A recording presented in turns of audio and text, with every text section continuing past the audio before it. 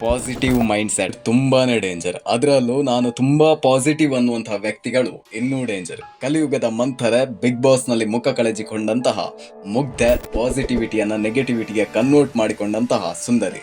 ಯಾರದ್ದೇ ವಿಚಾರ ಇರಲಿ, ತನ್ನ ಸ್ವಂತ ಸ್ಟ್ಯಾಂಡ್ ಇಲ್ಲದೆ ಬೇರೆಯವರ ಸ್ಟ್ಯಾಂಡ್ ಅನ್ನ ಯೂಸ್ ಮಾಡಿಕೊಳ್ಳುವಂತಹ ಸ್ಪರ್ಧಿ. ಅಡಿಕೆಯಲ್ಲಿ ಹೋದ ಮಾನ ಆನೆ ಕೊಟ್ಟರೂ ಬಾರದು ಎಂಬ ಗಾದೆಗೆ ಪರ್ಫೆಕ್ಟ್ ಎಕ್ಸಾಂಪಲ್. ಸತ್ಯ ಸೀರಿಯಲ್ ನಲ್ಲಿ ಪಡೆದಂತಹ ಮರ್ಯಾದೆ, ಬಿಗ್ ಬಾಸ್ ನಲ್ಲಿ ಕಳೆದುಕೊಂಡಂತಹ ಗೌತಮಿ ಜಾಧವ್ ರವರ ನೈಜ ಜೀವನ ಮತ್ತು ಪಾಸಿಟಿವ್ ಮೈಂಡ್ ಸೆಟ್ ಬಗ್ಗೆ ಕೆಲವೊಂದು ವಿಚಾರವನ್ನ ಡಿಸ್ಕಸ್ ಮಾಡೋಣ ಬನ್ನಿ. 1993ರ ಆಗಸ್ಟ್ 22ರಂದು ಬೆಂಗಳೂರಿನಲ್ಲಿ ಜನಿಸಿದ ಗೌತಮಿ ಜಾಧವ್ ಕನ್ನಡ ಫಿಲ್ಮ್ ಇಂಡಸ್ಟ್ರಿಗೆ ಮತ್ತು ಕಿರುತೆರೆಯಲ್ಲಿ ಬಹಳಷ್ಟು ಫೇಮಸ್ ಆಗಿದ್ದಂತಹ ನಟಿ. 2018ರಲ್ಲಿ ತೆರೆ ಕಂಡ ಕಿನಾರೆ ಸಿನಿಮಾದಲ್ಲಿ ಈಕೆ ನಟಿಸಿದ್ದರು. ಮೊದಲು ಧಾರಾವಾಹಿಗಳಿಗೆ ಎಂಟ್ರಿಯನ್ನ ಕೊಟ್ಟಿದ್ದು 2012ರಲ್ಲಿ ನಾಗಪಂಚಮಿ ಮೂಲಕ. ಈ ಸೀರಿಯಲ್ ತಕ್ಕ ಮಟ್ಟಿಗೆ ಹಿಟ್ ಅನ್ನ ಪಡೆದಿತ್ತು. ಸೀರಿಯಲ್ ನಲ್ಲಿ ಆಕ್ಟಿಂಗ್ ಮಾಡುತ್ತಲೇ ಗೌತಮಿ ಜಾಧವ್ ಮುಂದೆ ಪದವಿಯನ್ನ ಕೂಡ ಮುಗಿಸ್ತಾರೆ. ಈ ಸೀರಿಯಲ್ ಹಿಟ್ ಆದ ಕಾರಣದಿಂದ ಬೇರೆ ಬೇರೆ ಮೂವೀಸ್ ಗಳಿಂದ ಆಫರ್ ಬರೋದಿಕ್ಕೆ ಶುರುವಾಗುತ್ತದೆ. ಲೂಟಿ, ಕಿನಾರೆ, ಆದ್ಯ ಅನ್ನುವಂತಹ ಸಿನಿಮಾದಲ್ಲಿ ನಟಿಸ್ತಾರೆ ಈ ಗೌತಮಿ ಜಾಧವ್. ಇಷ್ಟೆಲ್ಲ ಮಾಡಿದ ಈಕೆ ಸ್ವಲ್ಪ ಸಮಯ ಇವುಗಳಿಂದ ದೂರ ಇರ್ತಾರೆ. ಅದಾದ ಬಳಿಕ ಈಕೆಗೆ ಬಂದಂತಹ ಆಫರ್ ಸತ್ಯ. ಈ ಸೀರಿಯಲ್ ಬಹಳಷ್ಟು ಹಿಟ್ ಅನ್ನ ಪಡೆಯುತ್ತದೆ. ಸತ್ಯ ಸೀರಿಯಲ್ ಮತ್ತು ಈ ಗೌರಮ್ಮನ ವ್ಯಕ್ತಿತ್ವ ತುಂಬಾನೇ ಡಿಫ್ರೆಂಟ್ ಆಗಿದ್ರೂ ಕೂಡ ಈಕೆ ಕಂಪ್ಲೀಟ್ ಮೇಕ್ ಓವರ್ ಅನ್ನ ಮಾಡಿದ್ರು. ಜಾಧವ್ ಪ್ರಕಾರ ಈಕೆಯ ಜೀವನಕ್ಕೆ ಮಹತ್ತರವಾದ ಟರ್ನ್ ಅನ್ನು ತಂದುಕೊಟ್ಟ ಸೀರಿಯಲ್ ಸತ್ಯ. ಇನ್ನ ಈಕೆಯ ವೈಯಕ್ತಿಕ ಜೀವನದ ಬಗ್ಗೆ ಹೇಳಲೇಬೇಕು. ಈಕೆಯ ಪತಿಯ ಹೆಸರು ಅಭಿಷೇಕ್ ಕಾಸರಗೋಡು. ಮೂಲತಃ ಸಿನಿಮಾ ಪತ್ರಕರ್ತರು ಆಗಿರುವಂತಹ ಇವರು ಸಾಕಷ್ಟು ಹೆಸರನ್ನ ಗಳಿಸಿದ್ದಾರೆ ಅನ್ನೋದನ್ನ ಕೇಳ್ಪಟ್ಟಿದ್ದೆ. ಇನ್ನ ಇವರದು ಅರೇಂಜ್ ಮ್ಯಾರೇಜ್ ಅಲ್ಲ, ಲವ್ ಮ್ಯಾರೇಜ್ ಅನ್ನೋದು ಸಾಕಷ್ಟು ಜನರಿಗೆ ಗೊತ್ತಿರದ ವಿಚಾರ. ಪಾಸಿಟಿವ್ ಅಕ್ಕ ಅಣ್ಣನ ಜೊತೆ ಕೆಲಸದ ವಿಚಾರವಾಗಿ ಮಾತಾಡ್ತಾ ಇದ್ರಂತೆ. ಗೌತಮಿ ಜಾಧವ್ ಅವರ ಫೋಟೋ ಅಭಿಷೇಕ್ ಮೊಬೈಲ್ ನಲ್ಲಿ ನೋಡಿದ ನಂತರ ಇಬ್ಬರದು ಲವ್ ಟ್ರ್ಯಾಕ್ ಅಲ್ಲ, ಮ್ಯಾರೇಜ್ ಟ್ರ್ಯಾಕ್ಗೆ ಹೋಗಿತ್ತಂತೆ.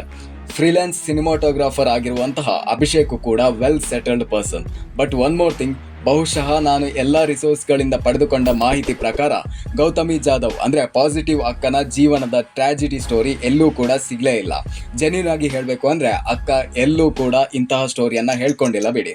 ಯಾರಿಗೂ ಕೂಡ ಅಂತಹ ಅವಕಾಶ ಸಿಗೋದು ಬೇಡ, ಎಲ್ಲರೂ ಸಕ್ಸಸ್ ಸ್ಟೋರಿನೇ ಹೇಳುವಂತೆ ಆಗ್ಲಿ. ಇವಾಗ ಆಕ್ಚುಯಲ್ ಪಾಸಿಟಿವ್ ಅಕ್ಕನ ನೈಜ ಮುಖವನ್ನ ತೆರೆದಿಡುವಂತಹ ಟೈಮ್.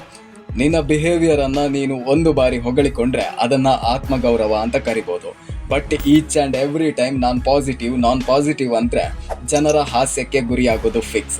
ಒಂದು ರೀತಿಯಲ್ಲಿ ಹೇಳಬೇಕು ಅಂದ್ರೆ ಉಪೇಂದ್ರರವರ ಮೂವಿಯಲ್ಲಿ ನೋಡಿಲ್ವಾ, ನಾನು ಯೋಚನೆ ಮಾಡಲ್ಲ ಅನ್ನೋದನ್ನ. ಪ್ರಕಾರ ಒಬ್ಬ ಮನುಷ್ಯನಿಗೆ ಎರಡು ರೀತಿಯಾದಂತಹ ಮೈಂಡ್ ಸೆಟ್ ಆ್ಯಂಡ್ ಫೇಸ್ ಇರುತ್ತೆ. ಸಮ್ಟೈಮ್ಸ್ 60% ಅಷ್ಟು ನೆಗೆಟಿವ್ ಇದ್ರೂ 40% ಅಷ್ಟು ಪಾಸಿಟಿವ್ ಇರುತ್ತೆ, ಅಥವಾ 40-60 ಕೂಡ ಇರ್ಬೋದು. ಯಾರು ಕೂಡ 100% ಪಾಸಿಟಿವ್ ಮೆಂಟ್ಯಾಲಿಟಿ ಇಟ್ಕೊಂಡಿರೋದಕ್ಕೆ ಸಾಧ್ಯನೇ ಇಲ್ಲ. ಪಾಸಿಟಿವ್ ಗೌತಮಿ ಅವರಿಗೆ ಪಾಸಿಟಿವ್ ಹಾಡು ಅಂದರೆ ತುಂಬ ಇಷ್ಟವಂತೆ. ಅದರಲ್ಲೂ ಆಲೋಕೆ ಅವರ ಒಂದು ಹಾಡು ತುಂಬ ಇಷ್ಟವಂತೆ. ಅದು ಎಲ್ಲ ನೋಡಿ ನಗುತ್ತಾರೆ ಅಂತ ಬೇಜಾರಾದ್ರೆಂಗೆ, ನಿನ್ನ ನಗುವಲ್ಲೇ ಗೆಲ್ಲಬೇಕು ಇಡೀ ಪ್ರಪಂಚವೇ ತಿರುಗಿ ನೋಡಂಗೆ. ಸೊ ಈ ಪಾಸಿಟಿವ್ ಹಾಡು ತುಂಬ ಇಷ್ಟವಂತೆ ಗೌತಮಿ ಜಾಧವ್ ಅವರಿಗೆ. ಆದರೆ ಪಾಸಿಟಿವ್ ಮೈಂಡ್ ಸೆಟ್ ಅಕ್ಕ ಮನೆಯೊಳಗೆ ಏನೇ ಆದರೂ ಪಾಸಿಟಿವ್ ಆಗಿನೇ ತಗೋಬೇಕಿತ್ತು, ಬಟ್ ತಗೊಳ್ಳಿಲ್ಲ. ಇನ್ನು ಧನ್ರಾಜ್ ಅವರು ಪಿಲ್ಲೋದಲ್ಲಿ ಹೊಡೆದಾಗ ಪಾಸಿಟಿವ್ ಆಗಿ ತಗೊಂಡಿಲ್ಲ ಅನ್ನೋದು ಸಾಕಷ್ಟು ಜನರ ಪ್ರಶ್ನೆ. ಆ್ಯಂಡ್ ನಾನು ಹೇಳಿದ ಮೊದಲನೇ ಎಲ್ಲ ಲೈನ್ಸ್ಗಳು ನನ್ನದಲ್ಲದೆ ಬೇರೆಯವರ ಒಪಿನಿಯನ್ ಕೂಡ. ನಮ್ಮ 2 ಲೈನ್ ಹಾಡು ಹೇಗಿತ್ತು ಅನ್ನೋದನ್ನು ಕಮೆಂಟ್ ಮಾಡಿ ತಿಳಿಸಿ. ಫಾರ್ ಡೈಲಿ ಅಪ್ಡೇಟ್ಸ್ ಸಬ್ಸ್ಕ್ರೈಬ್ ಮಾಡ್ಕೊಳ್ಳಿ. ಧನ್ಯವಾದಗಳು. Like, share, comment, subscribe. May I go now?